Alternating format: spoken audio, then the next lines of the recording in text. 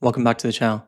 In this video, we're going to walk through how to push a Flask app running Celery Worker, Celery Beat, Celery Flower, and Redis or RabbitMQ, choose which one you want, and with NGINX as an entry point. We're going to containerize all of this and push it to AWS ECS. We're going to automate deployments using GitHub Actions, and we're also going to build all the networking components to make it truly production ready. So let's see all that going forward. Start off, you can help support the channel by doing a few simple things. Sponsor money, either Patreon or GitHub sponsors, one time, recurring, whatever you want, really means a lot. Subscribing to the channel, liking this video, and sharing on platforms you use like Reddit, Discord, LinkedIn, etc. Starting the repo on GitHub, and also follow me on GitHub. All these things help me out a lot. I really appreciate it. Any or all of them. Let's get going though. Start off, we're going to be pushing 6 individualized Docker containers to AWS to facilitate this app. We're going to have a container for Flask, the Celery Workers, Celery Beat, which is just a scheduler, Celery Flower, which is a dashboard for the Celery Workers and the task being run, RabbitMQ or Redis, which is the message broker, and NGINX, which is going to serve as the entry point to our application. So why are we using Celery? Celery does a lot of cool things for us. The biggest being, it stops the app from waiting, stops it from blocking further user requests. If the user tries to do some long-running task like upload a big file, the app might hang and freeze until the file is finished uploading. This is a horrible user experience and is not acceptable in today's environment. So what it does instead is takes that long-running task and runs it asynchronously using a task queue. This allows the app to still be interacted with by the user, and the user will be notified once that task is done completing. And you get immediate feedback for the user, so you ensure quick response times while running tasks asynchronously. Why RabbitMQ though? RabbitMQ or Redis or AWS SQS, any of these are all interchangeable at the simplest layer. It's a message broker. This is what Celery Worker, which runs a task asynchronously, uses to facilitate running those tasks. The message broker takes the tasks that Celery Worker wants to run, puts them into a task queue, and executes them. It supports scaling across multiple Celery Workers as well, so you can have load balancing, fault tolerance, etc. This is the truly production ready step. Now, why NGINX? I did not want to use NGINX for this video, to be honest with you. The reason being, it adds a layer of complexity that if someone's trying to learn Celery and they don't know NGINX, you don't want to overwhelm yourself and learn 2 things at the same time. I really tried to do this.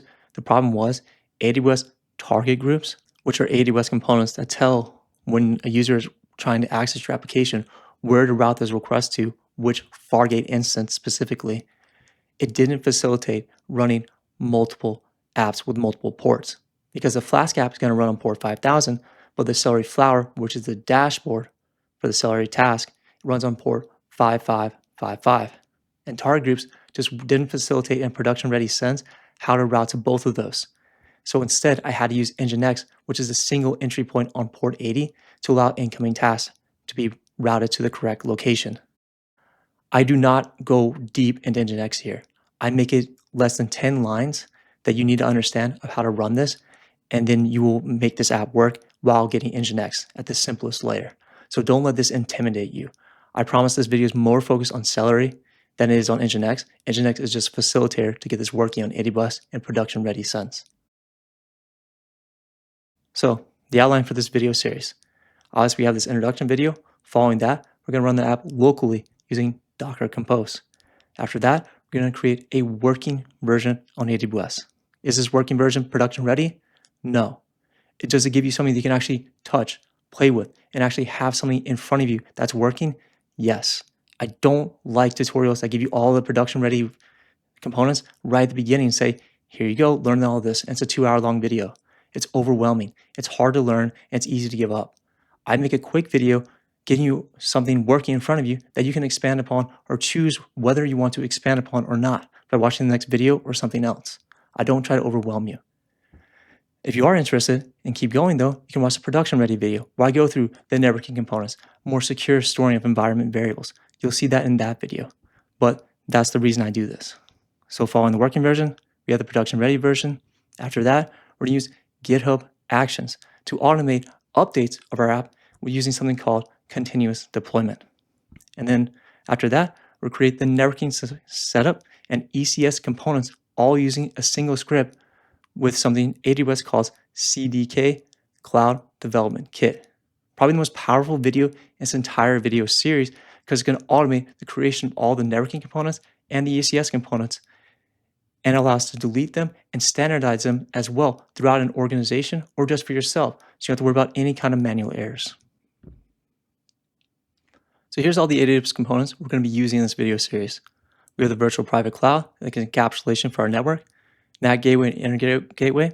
These are the components we need to allow our app to be production ready and hidden behind private IPs and allow still accessible by users from the internet. Elastic Container Registry is going to store our Docker images. Elastic Container Service, this is going to store our ECS clusters, services, and task definitions. This is where our app will actually be running. And we're going to use something called Fargate, which is serverless. We're going to use an application load balancer, which is an entry point, gives us a DNS name for end users to put into their web browser to be able to access our application. AWS Cloud Development Kit, which I touched on earlier, which will automate the creation of all the components. S3, which we're going to use in the Get It Working version of the video to just get the components working and store environment variables. The SSM parameter store is going to be in the production ready video. We're going to walk through how to store them in a secure way that is truly production ready. So to start off, virtual private cloud.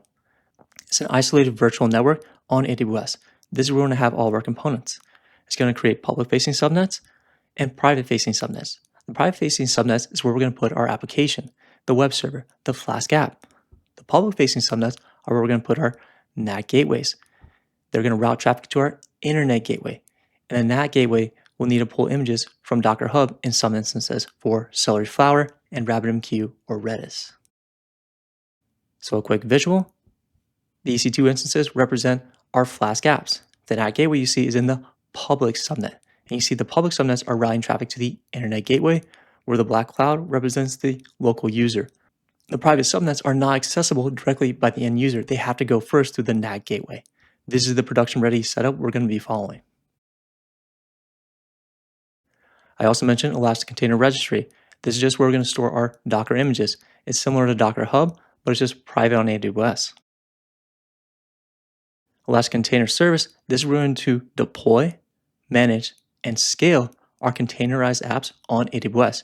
If you're familiar with Kubernetes, it's similar to that, but in a simpler version. And we're also going to be using Fargate on Elastic Container Service, which is a serverless option. This removes any kind of the infrastructure maintenance required. AWS will take care of all that for us, like the OS updates, etc. I'm an application developer, and that's what I want to focus on. I'm not focusing on infrastructure here.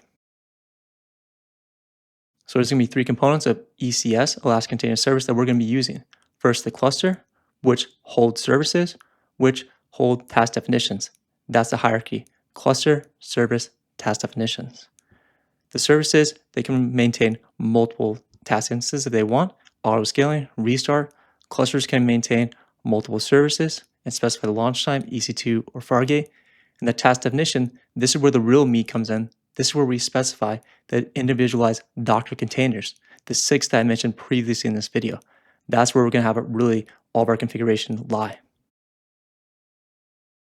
The application load balancer is going to serve as the entry point to our application. It provides the DNS hostname that the user can put in their browser to actually access our application. Now, the DNS hostname is not going to be easy user readable. It's going to be some random characters and an Amazon AWS domain. Next steps to truly make this production ready be using something like Route 53, which gives a true domain name that you choose. I'm not going to go through that in this video series. I have walked through how to use Route 53 in a previous video series that you can reference if you want. The application load balancer is going to have listener rules that route traffic to our target groups. And the target groups are going to route traffic to our ECS Fargate instances, which actually have our Flask web apps running. S3 and SSM parameter store, these are going to be used to store our environment variables. The S3, like I mentioned, is going to be used in the Get It Working video. This is not a secure way to store environment variables, but it's a quick and easy way, which is why I do it there. In the production video, I'm going to use SSM parameter store because this allows us to store variables in a secure way using AWS KMS, Key Management Service. And finally, we have AWS Cloud Development Kit. Probably the most powerful tool in this entire video series. It's going to allow us to automatically create all of the components, networking and ECS related, on AWS with a single script. We're going to click CDK deploy all, and all of them will be created for us. And we can just sit back and watch rather than having to do it all manually, which could potentially provide room for manual error, but it also standardizes it for the entire organization for us. Very powerful. If you're familiar with Terraform or CloudFormation, this is very similar. CloudFormation leaves a lot to be desired because it's just YAML. AWS Cloud Development Kit actually allows us to write code like Python, Java, etc. to actually create these components for us. A lot more readable, a lot more intuitive, and a lot more documentation. In this video series, we're going to be using Python with the CDK. Okay, that's it for the intro. Stay tuned for the next video. We're going to walk through how to run the app locally on our machine using Docker Compose.